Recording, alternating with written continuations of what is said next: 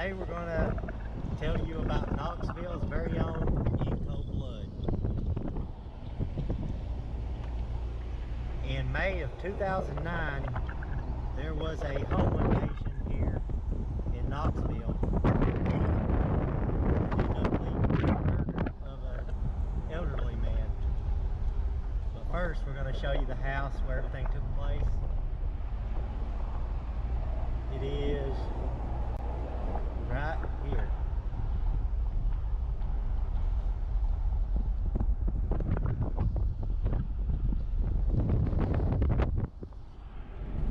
Anyway, it was in May of 2009, Chad Medford. Before that though, he was kin to Bill Graves. Bill Graves and his wife lived in the house at the time. Chad Medford was kin to Bill. I think he was his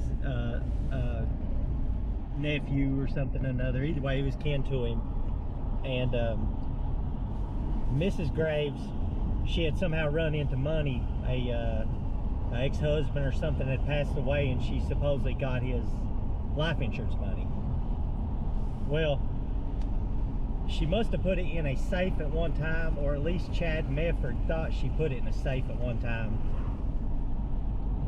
And a couple of months before the home invasion, a neighbor confronted a guy in a van. He was parked in their driveway, and it was Chad Medford.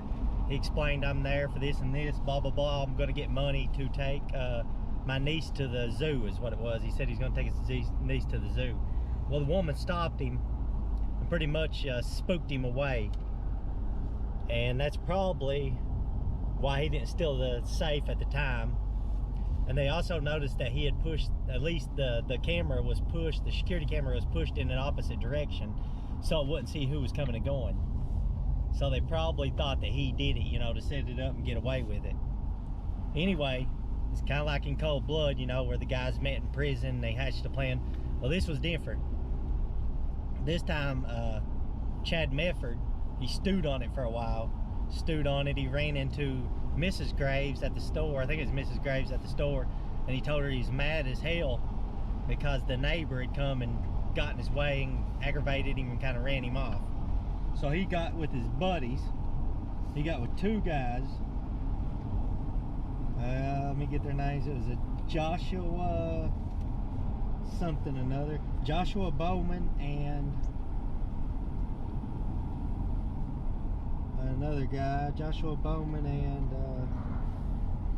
anyway, Medford convinced them to go in there, and I guess they said that Medford had masterminded. He drove the car. They took Bowman's car, if I'm not mistaken.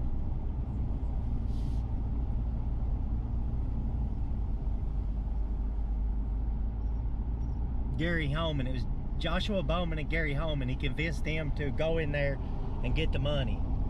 And Medford drove the car. So he pulled up, he dropped them off, they went in, and there was a struggle that ensued. Nobody was supposed to be at home, supposedly. And Bowman and Holman went in, and they found them. The door was open because they supposedly liked to listen to the rain hit the metal roof. So they left the door open at the time. But they went in, they caught them watching movies, watching TV, you know. And Bill Graves tried to defend himself. He tried to go after a gun, but unfortunately he ended up running away and getting shot in the buttocks. And Mrs. Graves struggled with him too, but she wasn't no match, obviously. So they ended up taking the safe after Bill had been shot in the buttocks. They took the safe and called their buddy Chad Medford, and he drove up, picked him up, and that was it. Bill was rushed to the hospital. He ended up passing away, unfortunately. And the only thing they got out of the safe was old coins. Is they had a coin collection. They didn't have any of the money. Kind of same concept with the In Cold Blood. They really didn't get nothing out of it. But anyway, ain't that the way it always goes? Criminals never get what they're after. After that, though, somehow it was Medford's sister called in and reported him, turned him in, and he he went down, he got interviewed by police, and they started lying to him, all this and that. And eventually they broke him, and he confessed that they did it. But all of them are, I'm pretty sure, still in prison now. Medford, Bowman, and Holman. Yeah, they're all in prison now. But that's about it. Kind of like cold blood when you really think about it. They went in there and they killed the guy, struggled with him. Kind of somebody they knew, and really didn't get too much out of it. Who knows? Anyway, that's another murder in Knoxville.